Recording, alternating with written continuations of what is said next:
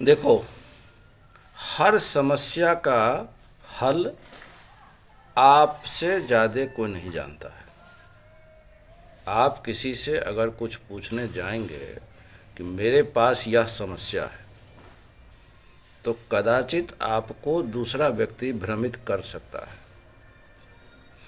आपकी समस्या का समाधान आपके सिवा कोई नहीं कर सकता है। ईश्वर ने आपको दिमाग दिया है, हाथ पैर दिया है, मन बुद्धि दिया है। ऐसे में अगर आप 10 बच्चे पैदा करके यह बोलेंगे कि यह ऊपर वाले की देन है, अल्लाह की देन है, तो यह हंसने वाली बात है कि बेवकूफ़ी वाली बात है। क्योंकि अल्लाह ने जो समझ दिया है उसका आप इस्तेमाल नहीं कर रहे हैं। किसी ने आपको कह दिया कि आपको 10-15 बच्चे पैदा करने हैं, 2-4-5 पत्नियां रखनी हैं, ताकि ये अल्लाह के काम आएंगे।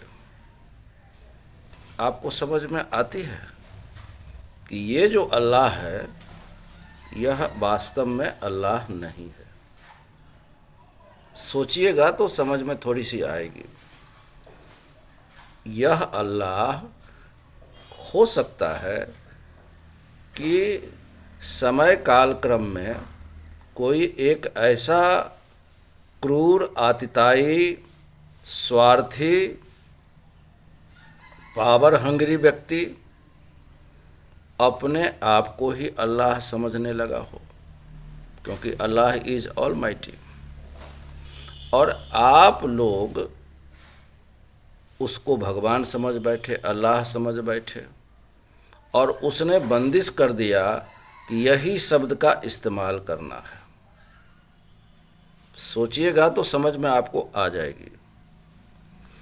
दूसरी बात, अपने बारे में आप एक सोचिए कि आप किसी देश के हैं ही नहीं।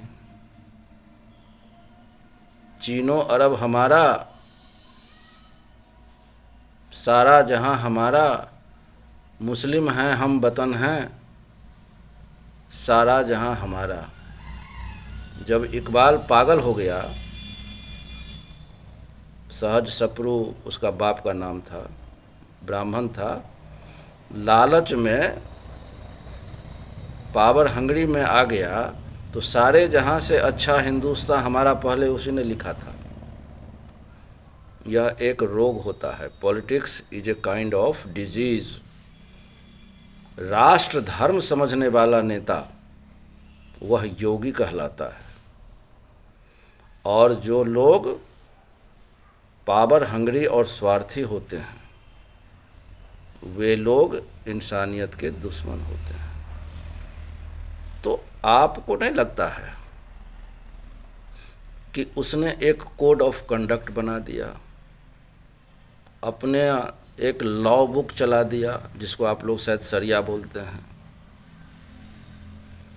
कि that has to be followed, this is the law. भगवान कोई लॉ बनाएगा क्या? तुमको कहीं बंदिश में बांधेगा क्या? भगवान तो बुद्धि अकल दिए हैं कि तुम अपने बुद्धि का खोपड़ी खोलो, उसको विकसित होने दो, मानव बनो, विचार, अध्यात्म, तपस्या, योग, अनुसंधान, यह सब करके तुम आगे बढ़ो, अपने जीवन को बेहतर करो। लेकिन वहीं पर जो दूसरे दल का नेता होगा, या राजा होगा, या बादशाह जिसको आप लोग बोलते हैं, उसकी ख्वाहिश तो नहीं होगी कि आप ठीक से सोच भी सकें। तो उसने प्लान किया कि ज़्यादा से ज़्यादा बच्चा होगा तो साले अपने परिवार में सिमट करके बर्बाद होते रहेंगे, इनको शिक्षा दीक्षा नहीं मिलेगी। और ये अल्लाह के डर से उसने भय पैदा किया कि हमसे डर कर जो हुक्म, और ये जो तुम्हारे मौला मुल्ला, ये इमाम वगैरह जो हैं, ये लोग कोई धार्मिक नेता थोड़े, माने धार्मिक व्यक्ति थोड़े हैं। सारे के सारे उसके एक सिस्टम के हायरार्की में कंट्रोलर हैं। मैं जो सोचता हूँ, आप सोचिए इसको, they are all controlling you. irrespective of the places, irrespective of the country where you reside,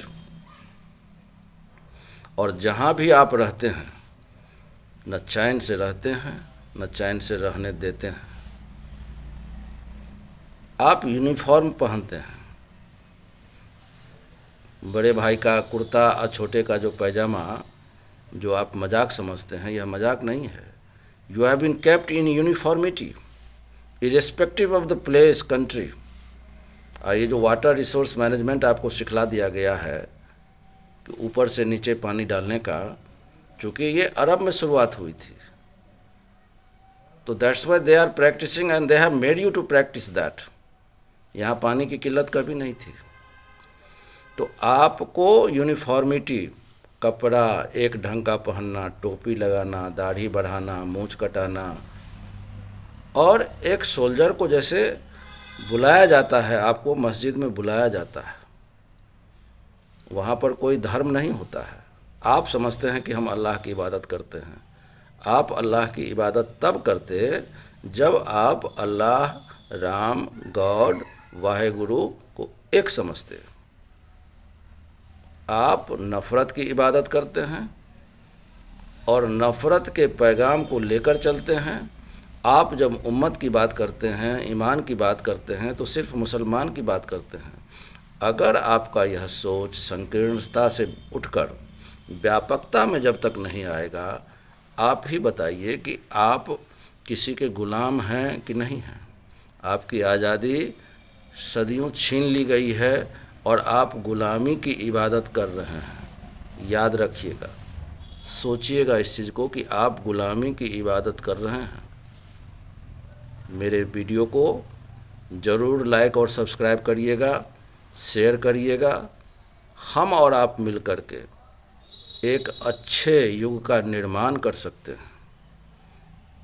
for the sake of Allah, let us do it.